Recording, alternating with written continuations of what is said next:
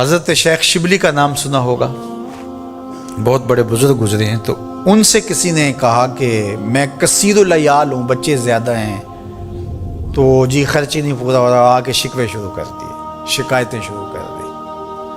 تو جب وہ ساری بات مکمل کر چکا تو حضرت شیخ شبلی نے فرمایا کہ تو واپس گھر چلا جا، جس کا رزق اللہ کے ذمہ نہیں ہے اس کو گھر سے نکال دے، تو سوکھا ہو جائے گا۔ اس نے کہا جی یہ کیسے ہو سکتا ہے، سب کا رزق اللہ کے ذمہ کرم ہے۔ تو کہا پھر اتنی بھی پریشانی کی کیا ضرورت ہے، اس کے ذمہ ہے، اب وہ کب کتنا دیتا ہے اس پہ تو راضی رہے، تیری زندگی سوکھی ہو جائے گی۔ تو اللہ پر توکل، اللہ پر بھروسہ، یہ خوبصورت زندگی کی ضمانت ہے، اور یہ توحید کا فیضان ہے۔ جب اللہ پر یقین کامل ہو جائے تو پھر اس پر توکل پیدا ہو جاتا ہے، اور توکل زندگی کا جمال ہے، توکل زندگی کی خوبصورتی ہے۔ لیکن توکل یہ نہیں ہے کہ چھوڑ کے بیٹھ جائے، توکل کا مفہوم یہ ہے کہ حضرت انس رضی اللہ تعالیٰ عنہ سے ہے کہ گھٹنا بھی باندھو اور اللہ پر توکل بھی کرو۔ اونٹ کا گھٹنا باندھو، سائیکل موٹر سائیکل کھڑی کی ہے اس کا تالا لگاؤ اور پھر اس کو اللہ کے سپرد کر کے آ جاؤ۔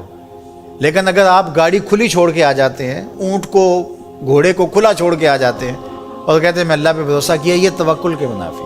جو اسباب ہیں ان کو پورا کرو، اسباب کو پورا کرنے کے بعد آگے سپرد اللہ کے کر دو، تمہارے لیے کافی ہوگا۔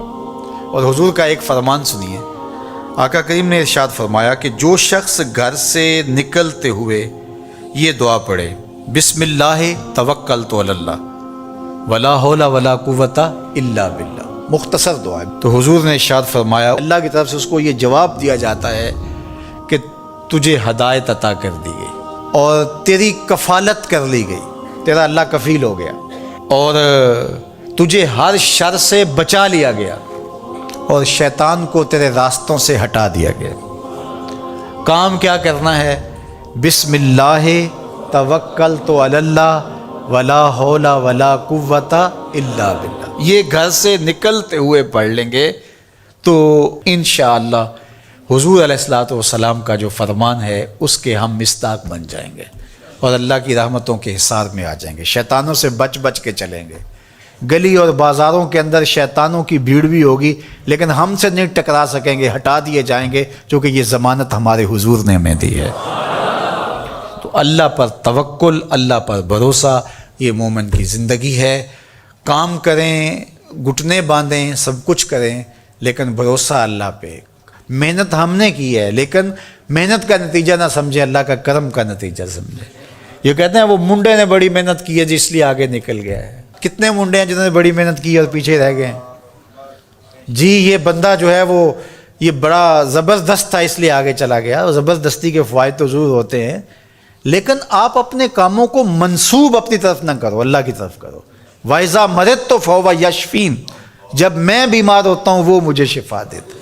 بیماری کی نسبت اپنی طرف، شفا کی نسبت اللہ تعالیٰ کی طرف۔ تو یہ نہیں کہ منڈے نے بڑا کام کر دکھایا، نہیں، اللہ کے سپرد۔ اور میں تو کہتا ہوں کہ اپنے کام اللہ کے سپرد کرو۔ کسی کے اوپر جب ہم توقع رکھتے ہیں تو ہماری توقع قدم قدم پہ ٹوٹتی ہے۔ اللہ پہ توکل کرو، دنیا پہ توقع نہ رکھو۔ ٹھیک ہے اسباب بہم پہنچاؤ، کوشش کرو، لیکن نتیجہ سب کچھ اللہ کے سپرد رکھو، انشاءاللہ خیر ہوگی، بہتر ہوگی، پھر مایوسی بھی نہیں ہوگی۔ جب توقع ہی لوگوں پر نہیں ہوگی تو توقع ٹوٹے گی نہیں، توقع ہوگی نہیں تو ٹوٹے گی کیسے؟ تو پھر مایوسی اور پریشانی نہیں ہوگی۔ تو اللہ پہ توکل تمہیں اعتماد دے گا، اللہ پہ توکل تمہیں مضبوط کرے گا، اللہ پہ توکل تمہیں کھڑا کر دے گا، اللہ پہ توکل تمہیں توحید کے نور سے مالا مال کرے گا۔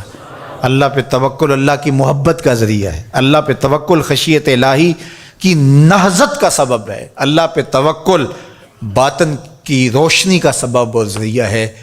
یہ نور ہے، قبر میں بھی جائے، حشر میں بھی یہ نور ساتھ ساتھ چلے۔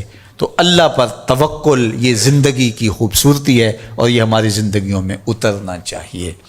اللہ مجھے آپ کو توکل کے نور سے مالا مال فرما۔